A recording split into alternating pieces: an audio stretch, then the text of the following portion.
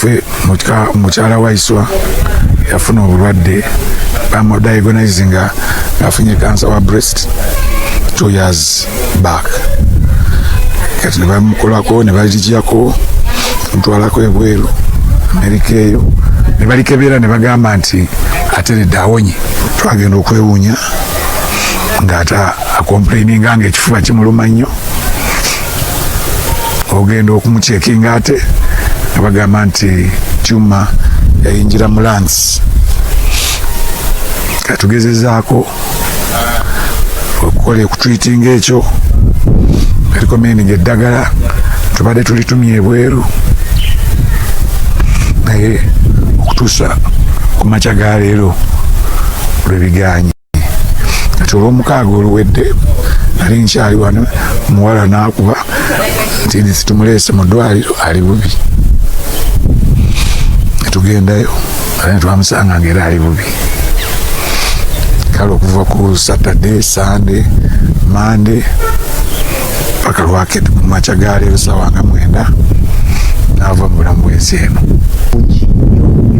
Nnyo abadde mugumu nnyo kuba ebbanga lyonna abadde ne bbaawe abadde agenda eruzira n'amukyalira nga tuva mu ddwaliro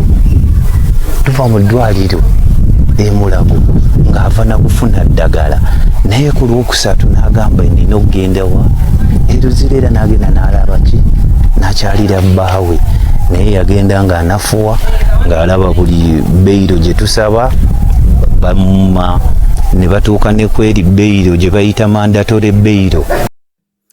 Olunaku olwajjo Inginiya Balimwezo bwe yabadde ayogerako eri abakungubazi ekiro yategeezezza nti Alex Waiswa ayagadde mukyala we mu bulwadde ne mu bulamu.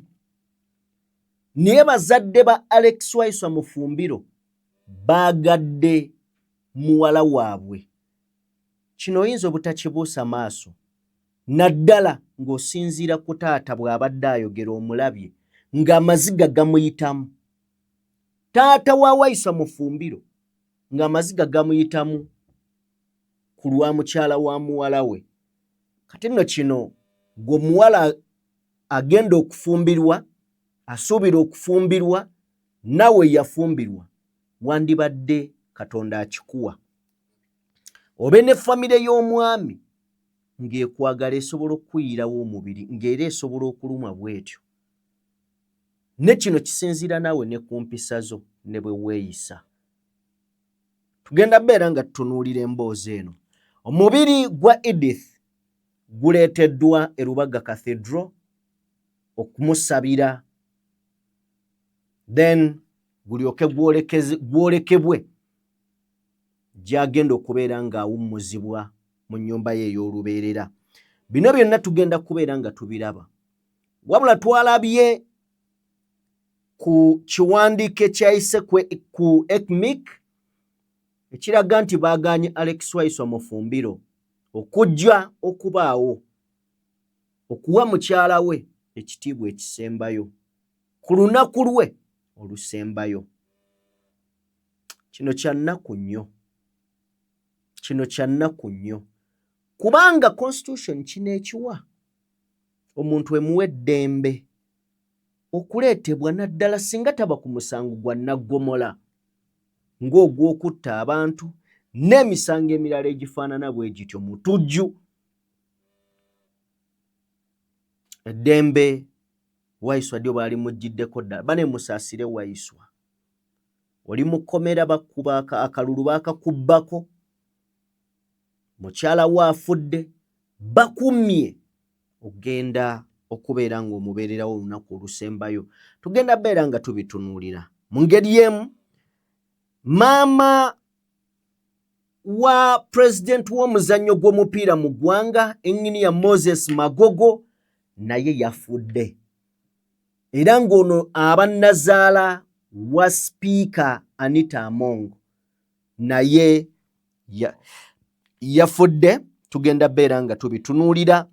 Tugendagendako mu ggwanga erya Luxembourg tubeeko ebyokuyiga bye tujjayo. oyinza okugamba ate ekitututte mu Luxembourg tuula kakkano ogenda kubeera ng'obiraba. Meya wa New York City omulonde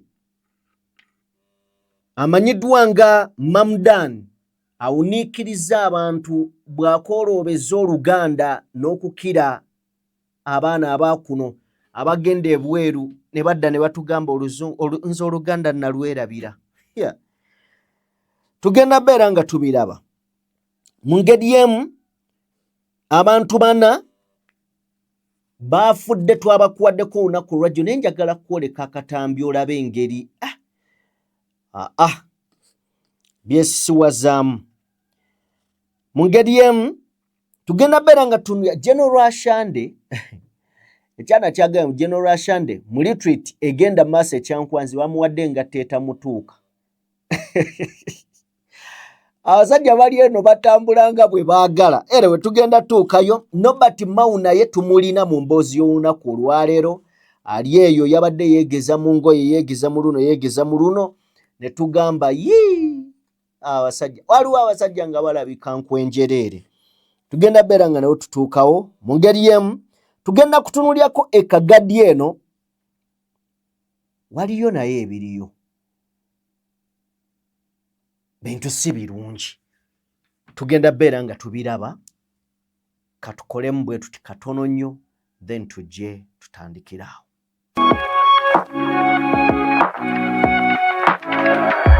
DPTV Uganda, Dawn People Television.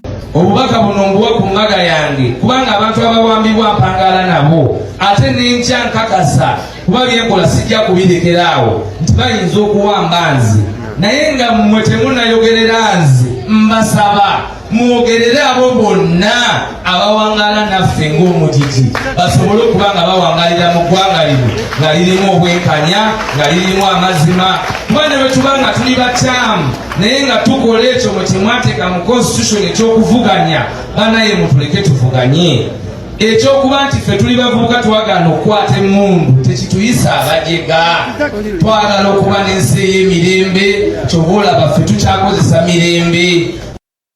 Ebigambo ebyo Waiswa abyogerera ku mukolo gwe nga oba ku mbaga ye ne mukyala we. Mubeere n'abakyala abasobola otunuulira ebirooto byammwe ne babisapootinga. Abakyala b'amaanyi kubanga asobola okunafuya ggwe ky'olaba ng'ekyamaanyi n'akikuggyako. Mukyala wa Waiswa Mufumbiro abadde very supportive eri omwami we. Badde ndaba Anderson Burora. Anderson Burora avuddeyo n'ayogera ku mukyala oyo n'agamba nti mu bakyala abateekeddwa okubeera nga baweebwa ekitiibwa ye mukyala wa Alex Waiswa Mufumbiro. Wakati bbaawe ng'ali mu by'obufuzi ebyakaleekereeke ng'ate si muntu mutono mwabo abavuganya gavumenti ng'ali voko nga mubadde mumuwulira. Obadde toyinza kuwulira ddoboozi lya mukyala we wonna naye ng'ate amusapootinga mu byakola. Kati weetaaga omuntu afaanana bw'atyo mu bulamu. Naye nga sinnaba nabbabuuzaako, of course ebyo bye bigenda maaso mu ekereziya wali Rubaga Cathedral, byogenda maaso n'okuba ng'olaba ku screen y'akadde kano. Acting President Dr. Rina Zedriga wali bulungi nnyo. Abakungu ab'enjawulo baweddeyo okubeerawo ku mukolo guno. Tugenda beera nga tubiraba. Nenjagala tusooke tugyewo akatambi ka engini abali mwezo, then nzije mbabuuzeeko ate tutandike emboozi y'olunaku olwaleero. Kansa gesegese omubiri gwa mwanyirafu. Kansa nzo kugulu kuno kwavaako simanyira wakiri bakyota nokyoti kino nyambadde kipiira guno omubiri ogutubisa okutuliisa enguzi okutukozesa ebyo ebigenda tula mugenda. Ndi mu kooti tusaba omulamuzi tumugamba taata saasira agenda okweyimirira Waiswa mukyala we waali ne mulwadde wa kansa era ku Manda adda mu ddwaliro. Ono yamulabirira yeetaaga $5,000,000 buli wiiki. Tamba omute alabirire mukyala we nye tagala okwebaza Waiswa ayagadde mukyala we.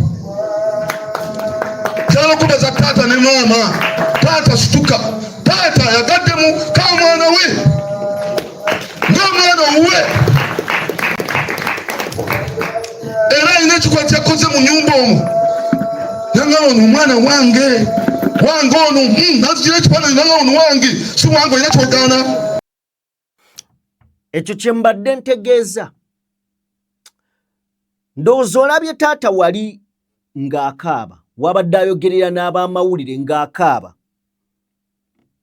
Kitegeeza abadde afiiringa omwana we nga yamujja mu kubeera nti ono twamuwasa buwasa oba mutabani wange yamuwasa naye mwana wange. Mbaanirizaako bassebo ne bannyabo, buli omu gy'osinziira okubeera ng'otugoberera, abali mu bitundu by'ensi eby'enjawulo, mwebale nnyo, mwebalire ddala okubeera nga muwatanya, mwebale okubeera nga muli bakozi, mwebale okwewaayo okubeera nga muyiriba. Katonda akibaweere nnyo omukisa.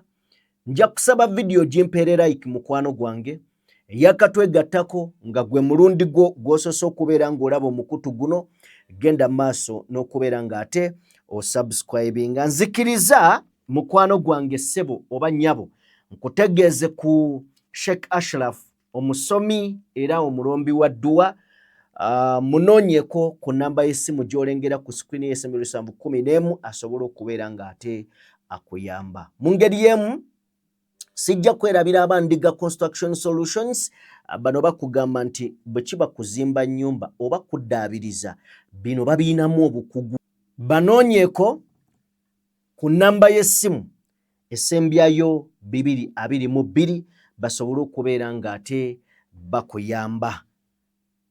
Kale,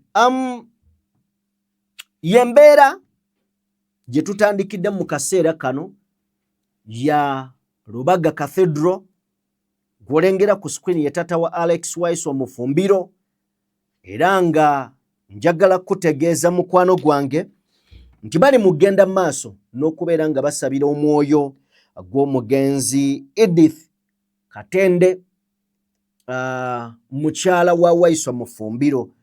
Abakulu mu NUP bo baweddeyo bonna. Ndabye Erina Zedriga, ndabye akulira oludda oluwabula gavumenti mu Parliament Joel Ssenyonyi, ndabye Benjamin Katana, Secretary General Nobian Mulabye, abakungu ab'enjawulo okuva mu Madini, Father Musalo Mulaba, ono Nasolo Eugenia, bangi basobodde okubeera nga babeerawo okulaba ng'omukolo guno gugenda mu maaso bulungi nnyo mu kusaba. Kakati ebyetoololera kweno ensonga bye njagala oba oli awo tuweeko katono nnyo katambi ako if possible.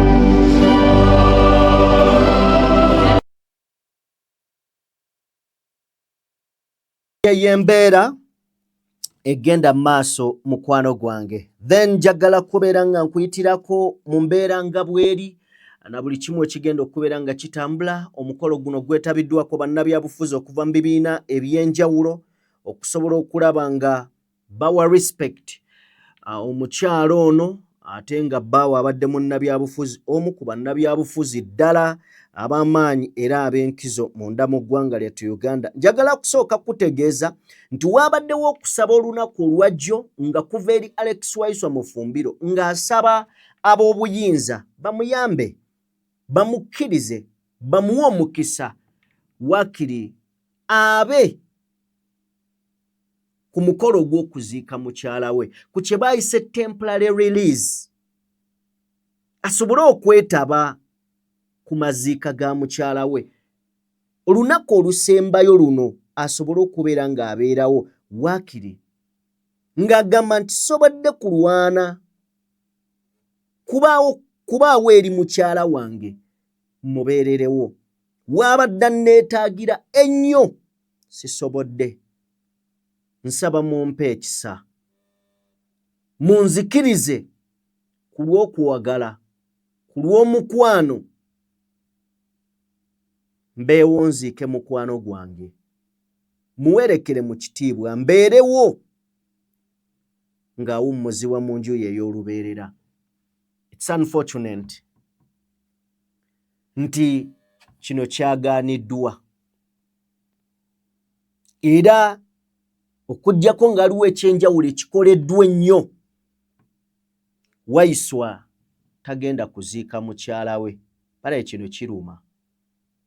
Waliwo ebintu ng'oli mugumu oli eyo mu kkomera by'oyinza okuguma, ne waliwo ebiyinza okukumenya, waliwo ebiyinza okukutula nga kino.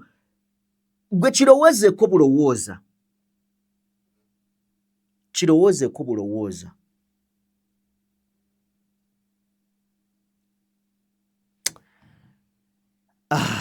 Bannange, mu nsi bwe tuba nga twogera ku kisa twandibadde nga tukyogera nga tukitegeeza. Nennina ebintu nze bye ŋŋenze ndaba era bye nneegendereza ebya ddala. Abantu ekisa bakyogera mu kamwa tebakirina. Kuba n'oyo yonnyini eyaganye Waiswa okujja okuziika mukyala we, singa kimutuukako osobola omusanga kakazi kattu, kakazi kattu kayolekedde eri eya Katonda.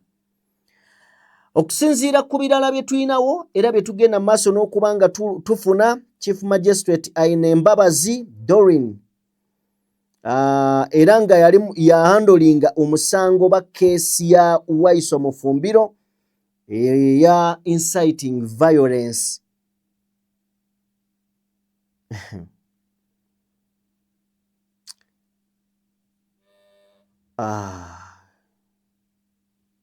Bannaye baganye Waiswa, baganye Waiswa okuziika ku mukyala we. Agenda kuggyibwawo then atwalibwe, agenda kuziikibwa ndowooza lunaku lugenda bbeera lwa 6 na programu nga weeri, era agenda kuziikibwa Luwuka ku Saturday, yes, ku lunaku lwa 6 agenda kuziikibwa Luwuka eri.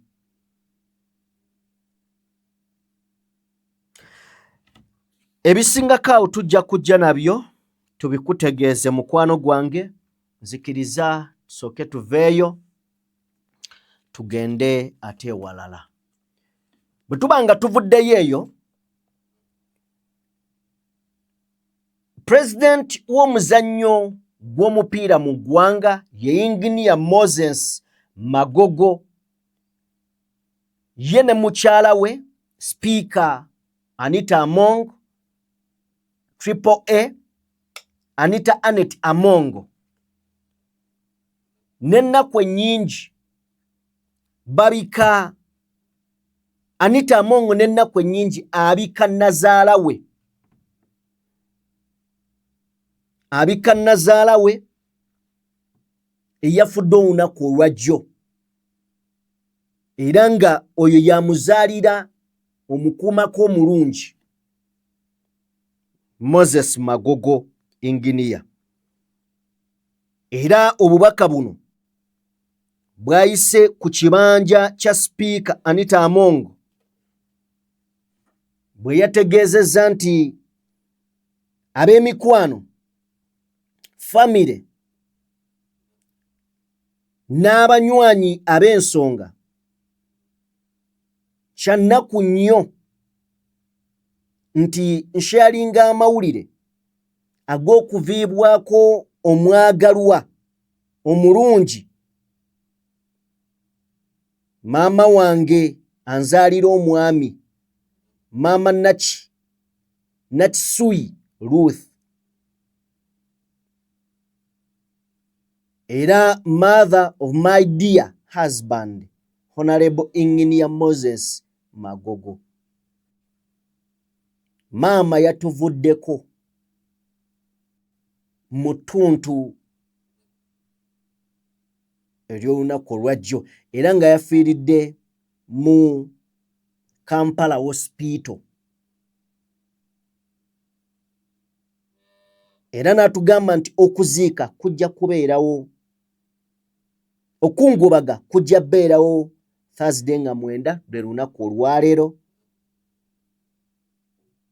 mu maka gaabwe agasangibwa Ekigulu mu Buyende district.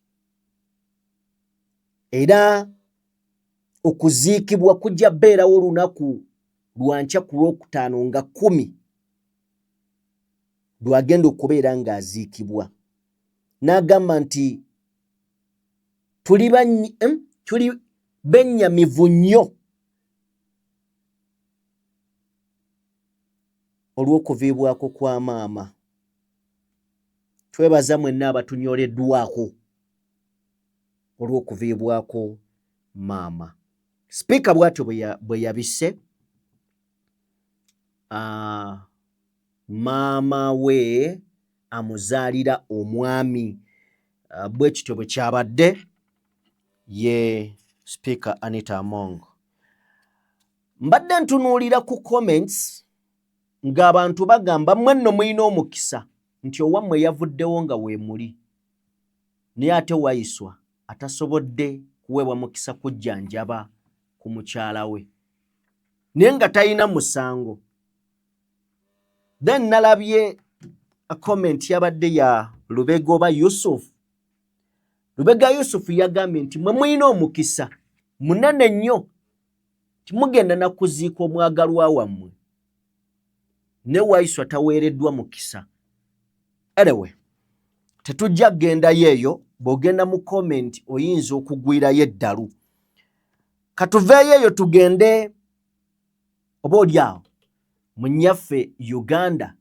Kiki kyayiga oba abakulembeze baffe kiki kye bayiga eyo gye batambulira nga bagenze ku oversights ez'enjawulo mu mawanga ag'ebweru.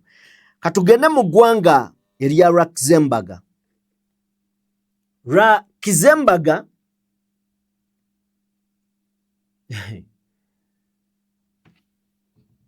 transport oba entambula mu ggwanga lino, public transport ya bwereere, free. Oba oli munnansi oba toli munnansi, oba ogenze kulambula oba ki, bwereere, zizo ziyisiŋŋanya. Kakati bwe njogera kino ng'oddamu ggwe munnayuganda Amiina, ffe twaleeta Pioneer bus nga tuzisasulira naye zaagaana okubeerawo ne bazipaakinga mu kisaawe Nakivubo ne zibeera eyo paka we zaafa. Luxembourg ssebo ne nnyabo eby'entambula bya bwereere. Wano tugenda kutuukawo ddi? Gw'osuubira tutuukawo ddi? Basi ziizo zitunula ng'abantu. Ali z'omukka ziyisiŋŋanya olowooza zigenda na kwetomera. Addayi. Sooka otuwa akatambi ako. Public transport is free in Luxembourg. not just here in the city, throughout the country. The bus is free, the tram is free, the train is free. They are nicer and newer than trains you find in the US, and they're completely free, unless you want to go first class. It is nice to have money because you can do nice things. It is free for residents, it's free for citizens, it's free for tourists, it's free for everyone. Honestly, it's just too nice to be free, but it is. All of it. It must be nice. Public. Wano tutuukawo diffe. Cause tulina okwegomba ebyaddala. Nesimanyi oba abali mu buyinza be bakuze ng'ebintu buli kimu omanyi abantu we bakula si mu bubi naye abantu bwe bakula beevaako. Ogenda okulaba muzeeyi we yali ayambala n'anyuma muzeeyi ebyokwambala takyabifaako. Yafangayo ku nkofiira gy'atadde ku mutwe ogenda okutuuka ekiseera nga muzeeyi oba gitaddeko tagifunyizza nga tebimukwatako. Kati abantu bwe bafuga eggwanga bayinza okugatwala ng'amaka gaabwe ng'ebintu mutafaayo. Bino ebintu kati lwaki bitulema okukola 40 years in power? Lwaki bino bitulema okukola? Wallahi lwaki bitulema okukola? Anyway, tuveeyo tugende e New York munda mu bisenge by'ekibuga, in fact mu America munda mu bisenge by'ekibuga ekya New York eri Munnayuganda omuyindi amanyiddwa nga Mamdan eyawangula obwa meeya ku myaka emito mu byafaayo bya New York. Oyo yasoose okuwangula ekifo ekyo nga muto, era mu bimu bye baali bamujeregako bye yali avuganya n'emyaka kyalimu. Naye tuzze kumufunako kyakuyiga. Kyakuyiga ki? Bameka abaafuluma eggwanga nga mumazeeyo emyaka kale 10 naye nga mutugamba temukyajjukira lulimi lw'ewammwe. Mwebali muyinza n'okubeera nga ne bw'oyogera n'oweewammwe toyagala kwogera naye mu Luganda oba mu Lunyankole, kale mu Lukiga. Gwe watuuka oli mu Luzungu, Luganda tolujjukira. Kakati wuno omusajja muyindi Munnayuganda, nakubulirako yajja atya okubeera Munnayuganda. Nakubuulirako ko story eyo. Omwami oyo maama we muzannyi wa firimu, taata yali musomesa. Taata yali wano ng'azze kusomesa. Maama n'ava mu America eyo ng'azze kukola research ku firimu gye baali bagenda okukola. Mu research n'agwa ku taata wa Mamdan ng'ali wano ye musomesa. Maama eyajja okukola research ne bamusaachinga. Okumaliriza nga bafunye omwana oyo, era bwe bamala omuzaala maama n'addayo mu America. Then later ne taata naye ne bamutikka ne bagenda batandika okubeera mu America. Wano waabeera nti ayina obutuuze bwa wano muzaale wa wano, then akulidde mu America, however much bazadde be Bayindi. Naye yawoomesezza Oluganda, ne njagala ntumire ku mmwe abatakyajjukira lulimi lw'ewammwe mbatumidde mutuweeko. Guess what? In my head when I was coming, I was like, you know what, I'm going to email him. But I was like, you can't do that. You don't know him. Oh my God. You're like, Mama, no. Mama. Oh my God. Okay, can I have a video with you? Yeah, you can. No. Just watch out. Oh my God. No one is going to believe me. Okay, say something. Chechiriwa mwana.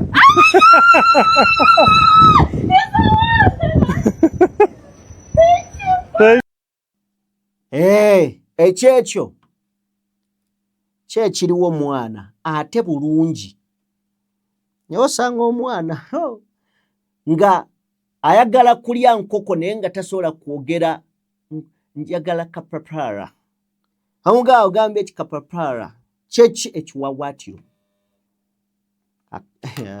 baramwe mwekoze ebintu katuveeyo. Waliwo emboozi njagala gibawaako eri very inspiring, ezzaamu amaanyi, ezzaamu essuubi. Njagala nnyo buli lunaku obe n'essuubi, naddala gwatulaba.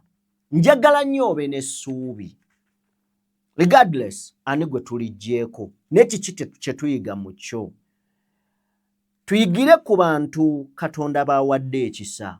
Naffe tumanye nti ekyo ekisa kyawadde abalala naffe asobola okukituwa. Because nze nzija nnyo, nze ndi mwana wa munaku, ndi mwana wa mwavu.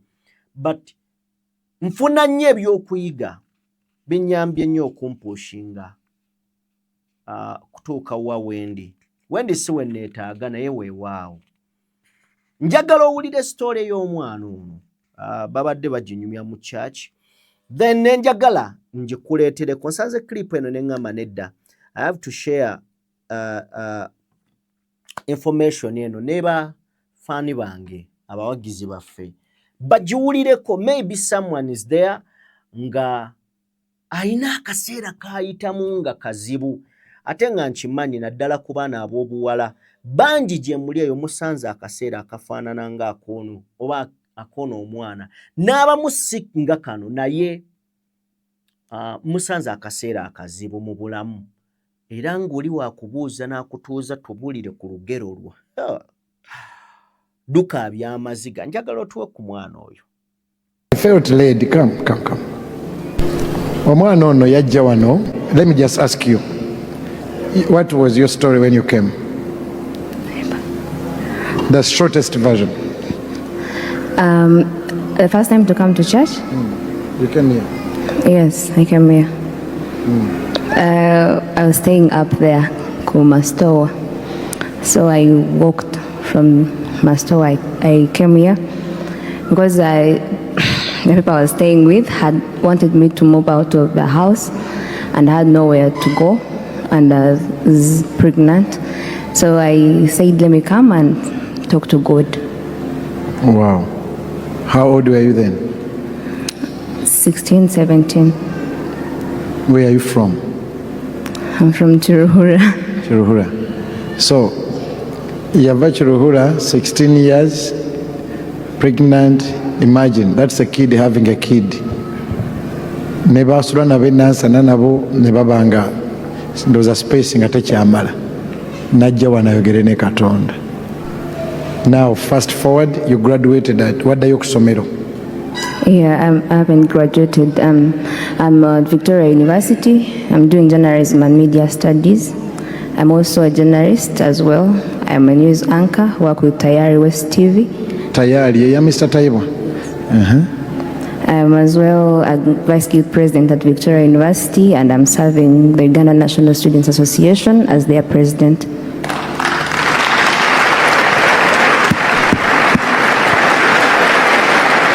If you are there, Echimpisiza Shira, there is someone who is going through exactly what Shira is going through. The other day twagenda ono mwana bwe yali when she was swearing in yampita nagenda okulaba nga omugenya omukulu first lady nimugamba ati waŋŋambye n'awa story ye bwe yajja wano nenjitegeera bulungi nagamba let me introduce to you first lady, let me introduce to you my pastor. Nenva walinga ebitiibwa bye nnina nga mpuuba bwe nti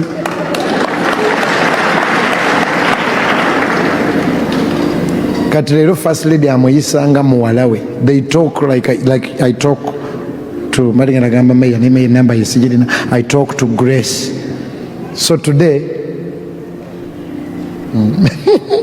bambi agambe mbu abantu bagenda looza tulina ssente talina.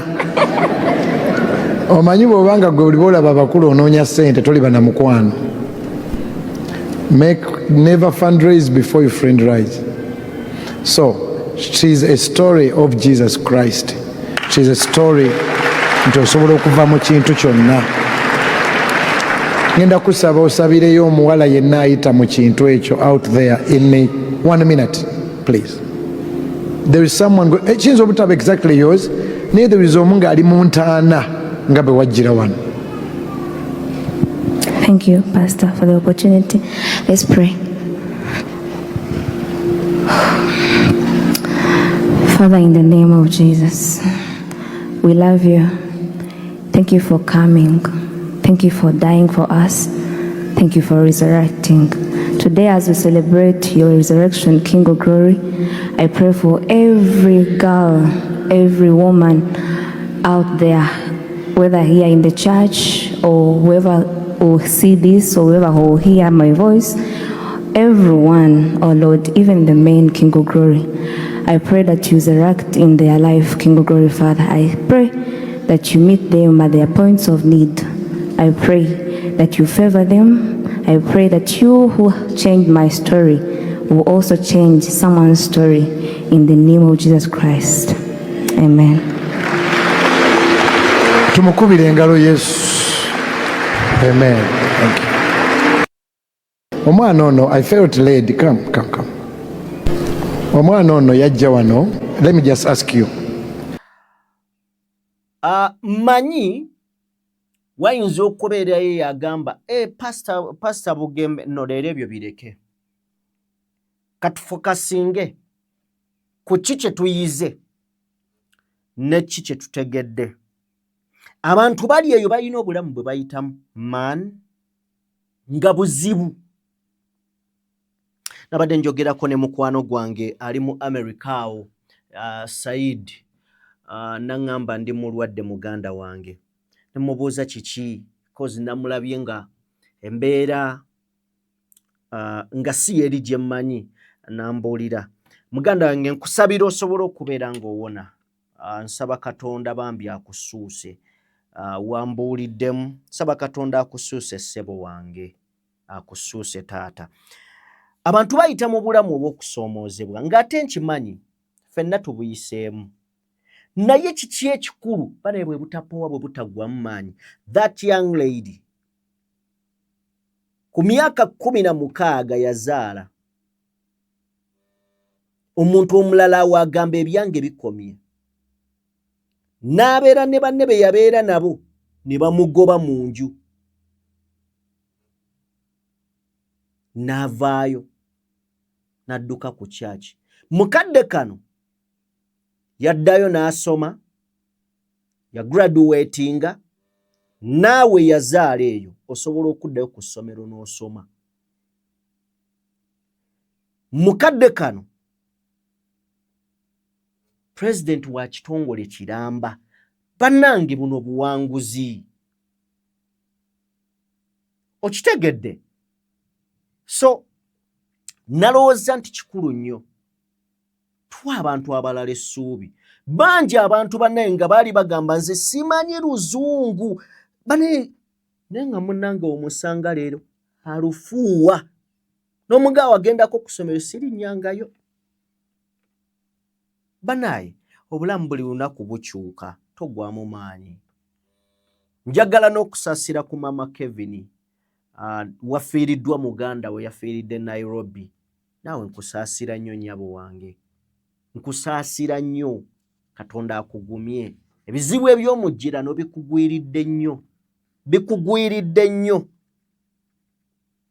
Nsaba Katonda bambi akugumye nnyabo. Tuveeyo, leka tugendeko ekitagwenda eno, tulabe ebifa ekitagwenda. Ekifaananyi ekyo simanyi oba YouTube tekireeteko buzibu. Ndowooza tukirekaawo. Ekitagwenda eno waliyo ekirwadde ekiri mu kugenda mu maaso n'okuba nga kijoonyesa obulamu bw'abantu, era okusinziira ku kifaananyi ky'olabye awo,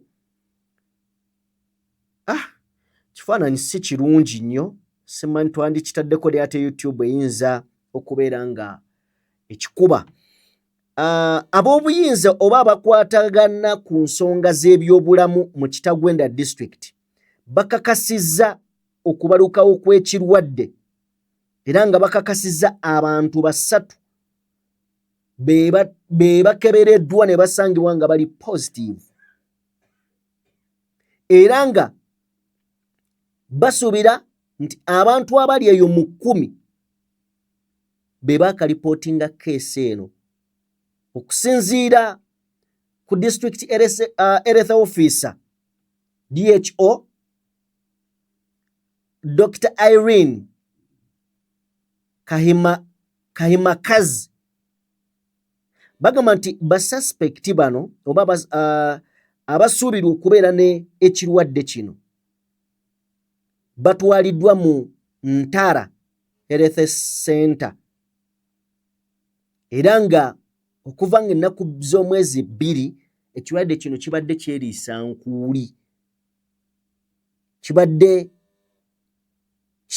nkuuli ekirwadde bakiyita orthorax.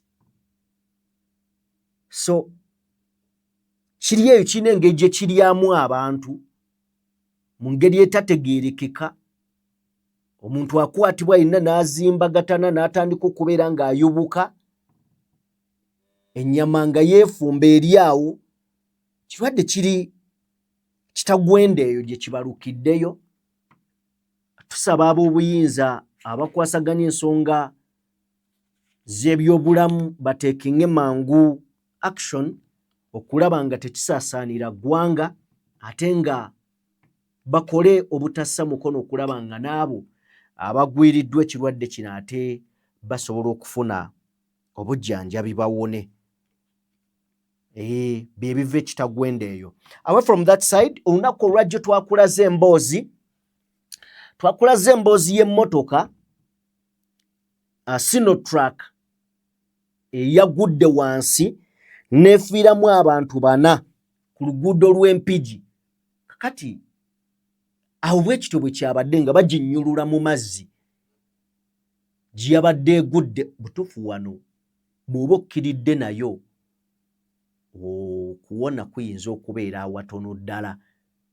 So eyo embeera eyabaddewo ng'abantu bakuŋŋaanya okulaba butya bwe bataasa embeera, naye kyannaku nti abantu babadde bamaze okubeera nga bafa.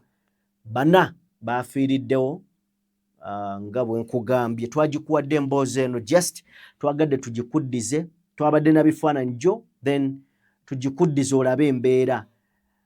Mumanyi Titanic bwe yakutukamu kadde Sinotruck eno bwe yakoze kino ne kigwayo annaye. Anyway, byebyo nzikiriza nayo tuveeyo tugende eri taata eyagenze mu maaso n'okubeera ng'ate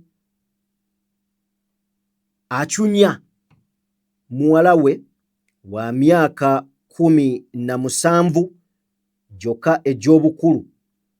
Bataata b'ennaku zino beewuunyisiza ddala kubanga bw'obeera nga ggwe taata azaala omwana ate n'owunzika nga ggwe amutulugunya ku ssa erifaananako bwe lityo. Batugamba nti Ankunda nga wa myaka 17 mwana muwala egy'obukulu gyokka yagenze maaso n'okubeera nga anunulibwa okuva eri taata we yennyini amuzaala.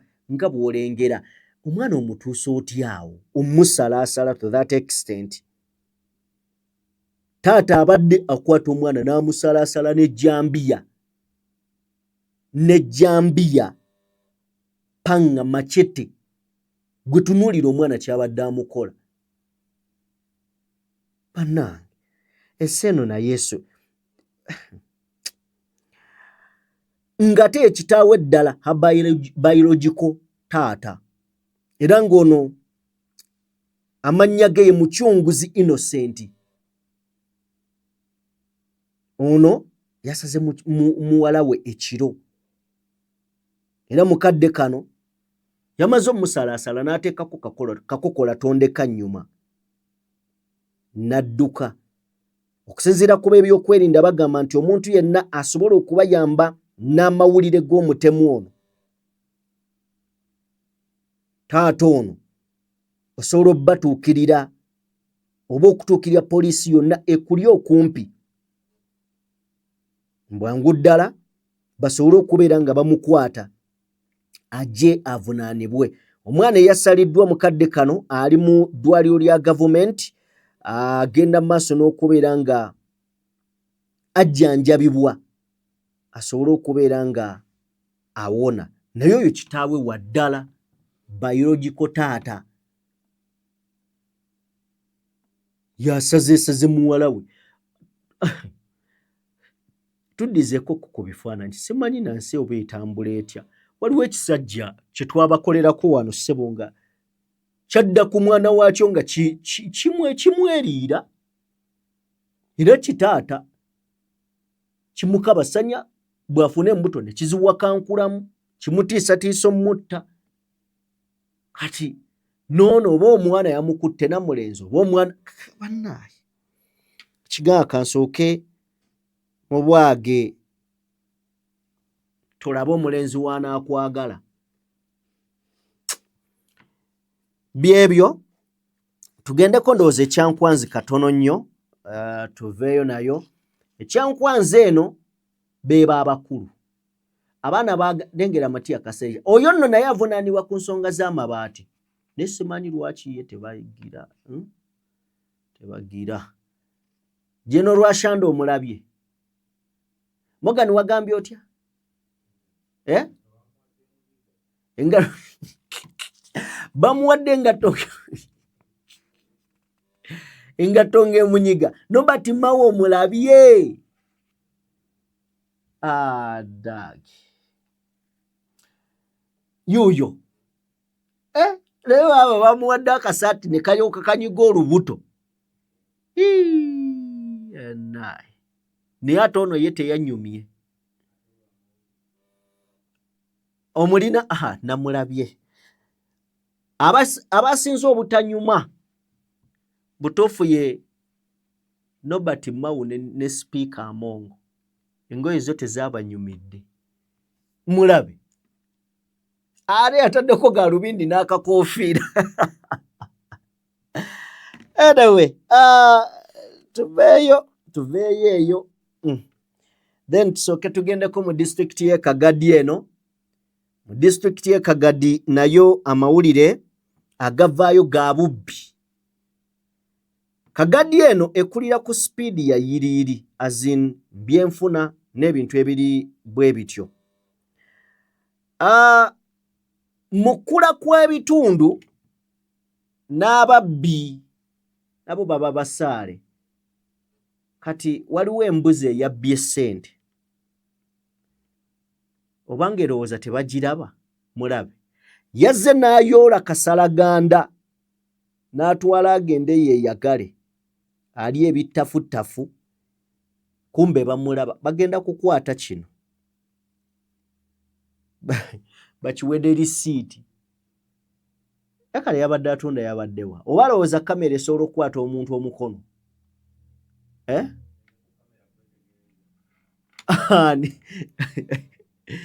Okitegeera? Akasajja kakubba ne kagenda e Kenya ne keetuulira eyo. Kitegeera? Naye obubbi bwo obumenyi bw'amateeka bungi. Bungi. Ne bw'abanga ate atutte ka ssente n'atakulumya, era nawe ogambawo weewaawo kale. Naye ayinza okukulumya, atutte ssente ze ate n'okukulumya. So bagamba nti Kagadi ekulya ku sipiidi ya yiriiri nnyo, naye ate era n'ababbi bafunidde ddala omukisa okubeera nga bakolera ddala ebikolwa byabwe eby'obubbi. Kakati omwami oyo yabbye ssente eziwerako mu Brown Electronics Mugenyi Street opposite Obama in Kagadi. Yakubye akasente ke. Yazze n'empale ze zino ze baziyita batya? Abavubuka abazinyi b'amazina ze bazina. Zibanga ze bakozeemu obubi. n'ayuwamu n'ayitamu. Bagenda mukuba kibooko. Anyway, tetugenda kusukkako wano. Njagala kubeebaza mwenna be tutambudde nammwe. Ani yakoze ekifaananyi kino? Bw'atuwa ku pulezidenti bw'alifaanana.